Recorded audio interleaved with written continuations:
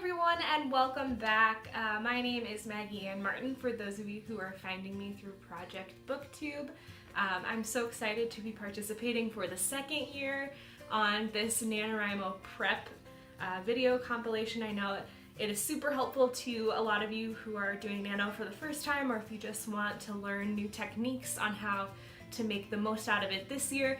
This is an awesome series to be tuned into, so be sure to check out all the rest of the YouTubers who are participating below and look at Tamara Woods, who is the coordinator of all of us, who has been brilliant for the past 2 years, and I'm so excited again to be participating. Today I'm going to be talking to you about motivation for NaNoWriMo, which is super important when you start getting into those later dates. If you've been trekking along, once you hit November 10th is kind of like that first moment where you're going, oh no, can I do this for the entire month? So it's really important that you have some ways to gain motivation to keep going, and people are motivated in very different ways. So I'm going to tell you a little bit about what I do to keep myself motivated, and then talk about some other techniques that could work better for you if you're not motivated in the same way that I am. So for me, NaNoWriMo has always been something that has motivated me because it is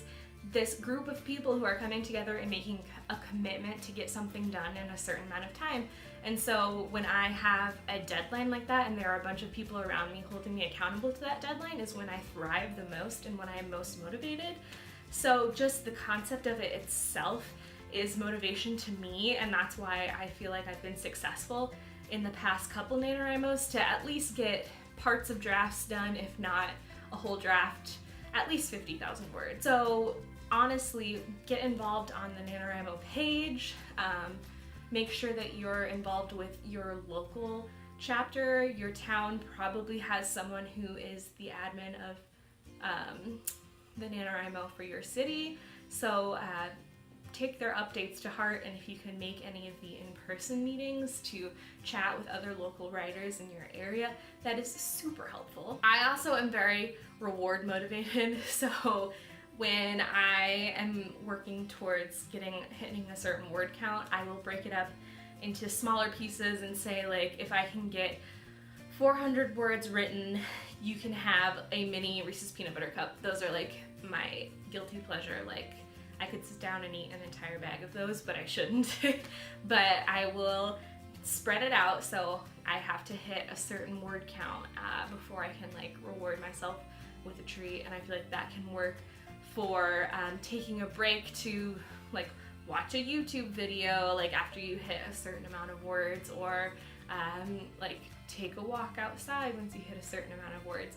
For me, I like being able to kind of stay in the zone, but like still tell my brain that I'm getting a reward for hitting a goal.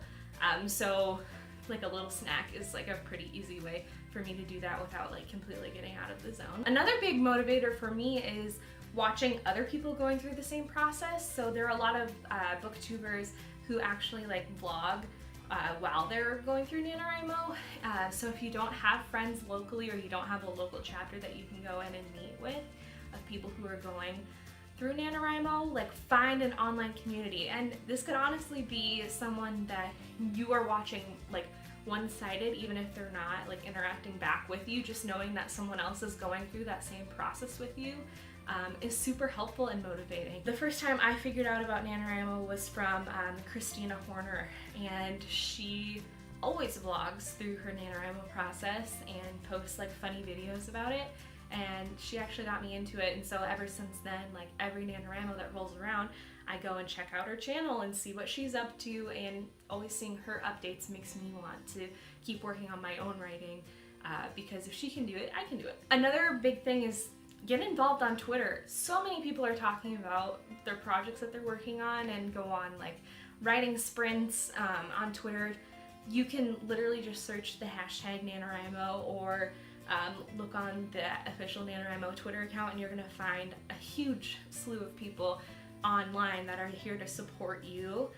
So find a group, find one buddy, find one person that can hold you accountable and keep you motivated and keep you striving towards your goal, and you will be so much more successful. When you are setting things like intrinsically as goals, it's so much easier to fall behind and not stay on top of what you set out to do. But if you have someone else holding you accountable, like, you'll be so much more inclined to get the words on the page. Oh no, I moved my camera.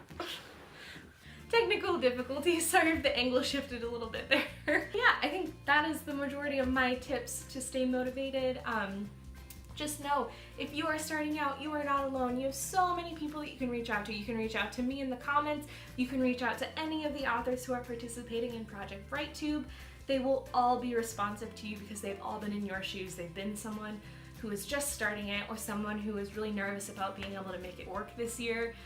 We've all been there. There are a bunch of topics that the other contributors are going to talk about, and so be sure to subscribe to Tamara, because she will do a little recap every week of everyone's videos, and then you'll be able to go and watch them all individually. Also in the comments, tell me a little bit about what your project is this time, if you feel comfortable sharing, and if you need an accountability buddy, because I will be right there with you, my friend. And actually, if you have been subscribed for a while, you might have noticed I've been a little quiet on here, and that is because I am in the very thick of edits on my second book, which is slated to come out in August of 2018, called The Struggle is Real. We recently had cover voting on it, and here is the cover that won. I am obsessed with it, and I am so excited for you all to read this book. It is seriously the book of my heart, and we really want to make it right, so it's been a bigger editing process, and hopefully when I am out of the thick of edits, I can take a step back and then make a video about the process, because it was a lot different than editing The Big F, my first book that came out. Happy NaNoWriMo, everyone, and as always, thank you for stopping by my little book nook of the internet, and I will see you next time. Bye.